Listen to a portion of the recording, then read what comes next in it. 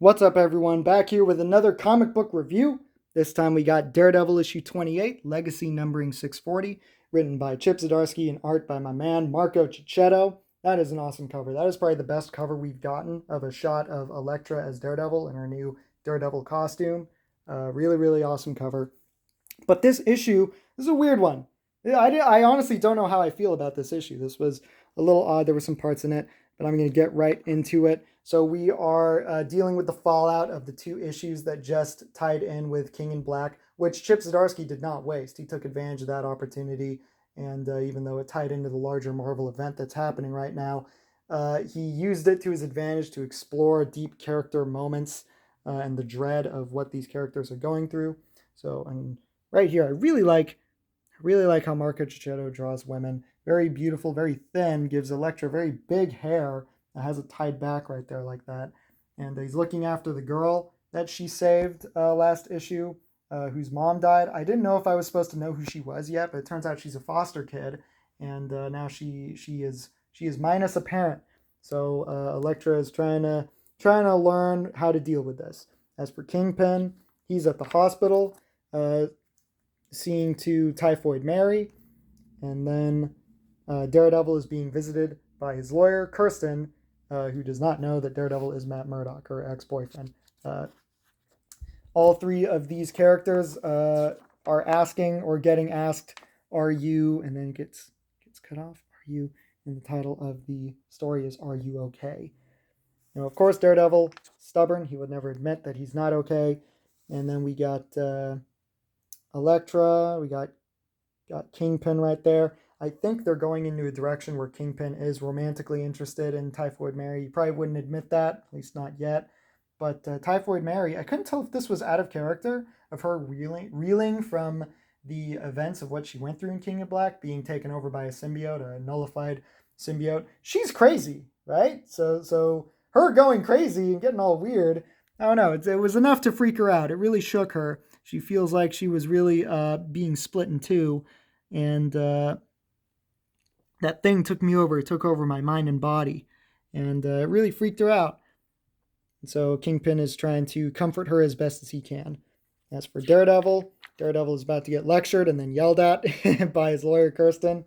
And right here, I was like, "Is that Elektra?" Oh no, my brain would say Elektra. That is one kind of problem that Marco Checchetto has. Is he draws characters very similarly. So he kind of draws Kirsten to look a lot like Elektra, or a lot like Mindy from earlier in this Daredevil run, the librarian that Daredevil was talking to, and because they're all just very kind of just beautiful dark haired women, and he draws them all to kind of look the same. So, but that's that. Anyway, kind of unprofessionally, Kirsten starts yelling at him in front of everyone because Daredevil totally threw the case and gave himself up, even though Kirsten and Foggy Nelson were ready to go to bat for him. She says, "You rearrest criminals all the time. This system is for show, and you're a part of that show now with your damned self-flagellation."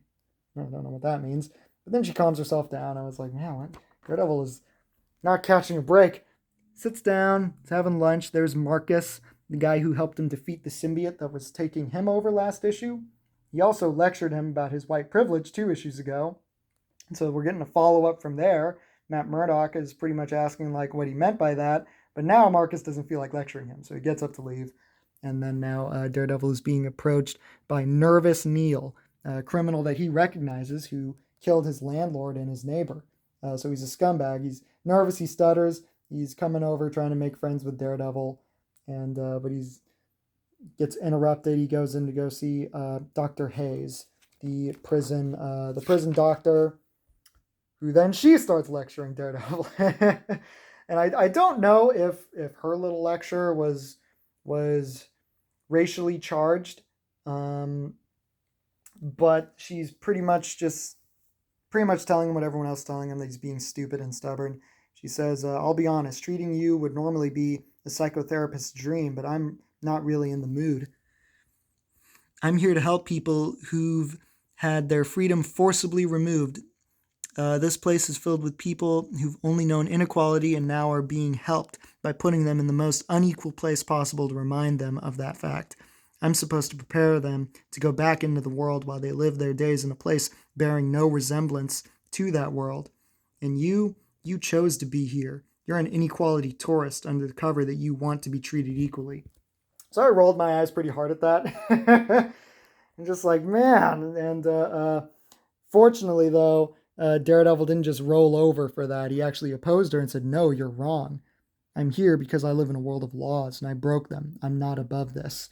And so I really like that. That was cool because pretty much from all directions, people are telling Daredevil that he's being stupid and stubborn, and that him serving his prison sentence serves no purpose. But he's Matt Murdock. He's a lawyer in real life. He's a man of laws and principle, and he's also a Catholic. He's not going to lie to himself, and he's going to do the right thing. And so super weird that people keep trying to tell him that he's wrong. He even turns the table on her at this part and tells her, "You chose to be here. I'm choosing to be here because I know it's right and that it'll help others like me see there are consequences. You chose to be here because it's a flawed system, but it's the only one we have, and you can help people in it." So I really like that. That was a cool character moment. And then we got here the one fight scene of the issue, shower scene of these three naked dudes about to totally pummel Nervous Neil because they saw him in the cafeteria try to talk and make friends with Daredevil. And he's kind of a wimp, so you know Nervous Neil is totally going to get beaten up. So Daredevil is put into a position where he has to save that scumbag. And he goes in, they try to shank him and kicks them in the face, chokes him out with his legs. Really cool stuff. I love the colors here. I love the blue. You can tell all the, with the color palette of blue and changing the shading right there, you can tell all the mist from the water. Even this effect here of the water running off this guy's body. Really good stuff. Definitely helps it. And I thought that guy was the Blob too. I was like, the Blob's in this prison, but no, he's just the Heavy with their little trio. And but he takes down those guys and then gives himself up and totally won that fight. That was pretty cool. And then it cuts to Matt Murdock just laying there in bed with his mask next to his face on his pillow. He can hear the warden. He can hear all these things. He can hear the warden telling his guards to not protect him. He can hear Marcus talking in his sleep. He can hear Nervous Neil crying because he totally almost died in the shower. And that's Daredevil. The guy can't sleep. He hears everything. And this part was really weird, I thought. This one little part where the guard says, "Hey, Daredevil." And then Daredevil's like, and he puts on his mask. And guard goes, "I don't give a shit who you are, buddy. Get dressed." And I'm just like, why did Daredevil stutter right here? Why is he even apologizing? What are you sorry for? I would have liked it if you just took out that talk bubble right there and it would have been fine. Even the guard could have kept the same talk bubble or even just put it down to get dressed. So I don't know why Daredevil's got to stutter and be like, I better put on my mask. Oh, gee, oh boy. That was really weird to me, kind of out of character. Daredevil, he should not have to feel the need to explain himself to this prison guard. But anyway, Dr. Hayes wants to see him again, this time to not lecture him, but in fact deliver some hard news that Nervous Neil just killed himself, committed suicide in his prison cell. And Daredevil takes that news pretty hard. And this was a really good moment right here. He says, "This is my fault. I put him here." She says, "No, you didn't. I read his file. He was caught by Spider-Man." But Daredevil is Matt Murdock, and he's thinking because he was prosecuted by Matt Murdock. So that is the truth that only Daredevil knows. And right again, he's being asked if he's okay, and only now in this moment of weakness, he will admit that he actually is not okay. And pretty emotional moment, and he feels guilty.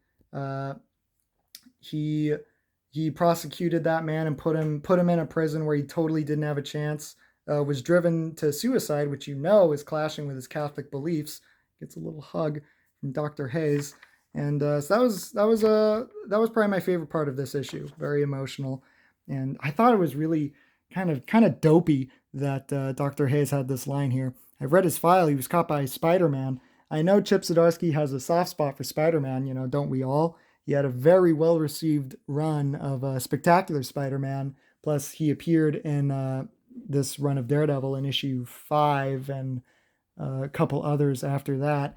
And but it's like there are more street level thug punchers besides Daredevil and Spider-Man. It's always just those two. It's like there's so many superheroes in the streets of New York who put away bad guys. It would have been like, I thought it would have been cooler if she said he was caught by Moon Knight or something. And but anyway, that's just the little thing. That's a me thing. And so back to Kingpin. You can tell the change of location through the change of color palette here. The cool colors being where Kingpin is at. He's angry of what happened to Typhoid Mary. So now it's time to kill Daredevil. He's easy target. He's in prison. As for Elektra, she's going to be a mom as best she can to this little girl, and she's gonna try. Elektra she's not a good mom figure. She's not even a good role model. But she's going to do it in the best way she can, which is violently. She tells this girl, "Hey, when you're done being sad, come down to the gym or something, and we'll start training. And that's when you want to take your anger out, and I'll be there." And that was pretty cool. So I guess so I think we're in store for a lot of cool character moments for Elektra. She's really trying to step up, and she's trying to do what Daredevil would do. Whether it be what Daredevil would actually do, it's what she thinks what Daredevil would do. So I guess we're going to get this girl to be maybe Elektra's ward, maybe a possible sidekick in the future. So a lot of cool stuff that Elektra has never been written to do before. I'm very excited for all that. And then it ends with Daredevil sitting with Marcus, and then thanks to his heightened senses, he tastes poison in the food. He's just been poisoned. And it's likely the Kingpin, because now he wants to kill Daredevil in the prison. So that's how it ends. There's the cover for the next issue. That looks awesome. That looks so cool. I love the colors. I love the rain. The rain made that cover look like 10 times cooler. So that was that issue. Really weird. The colors could have been better because most of the comics took place in the prison, and he used the warm colors in the prison. Everything kind of blended together. Might have done that on purpose. He wants it to feel that way. And the cool colors for Kingpin and neutral color palette for Elektra. Other than that, the only thing that really popped color-wise was the shower fight scene. And, great art from Marco Checchetto as always. He never disappoints. But it was just weird. Those kind of weird parts made me not know how to feel about this comic, but I'd recommend it if it's still one of the best, if not the best, ongoing series that Marvel is putting out. I mean, it's up to 28, and it's still doing pretty well. This is a great series. So if you're getting the whole run, it's like, yeah, obviously I recommend this issue, or your OCD is going to kick in, and you need it. But yeah, pretty good character moment. This is an exposition issue, which you're supposed to do after a big event thing. Something big and dramatic happens to these characters, then you want to go into their character and figure out how they're dealing with all that stuff. So that's what all this was about. But pretty much this issue made me feel like J. Jonah Jameson from the Tobey Maguire Spider-Man movies, where I'm just like Chip.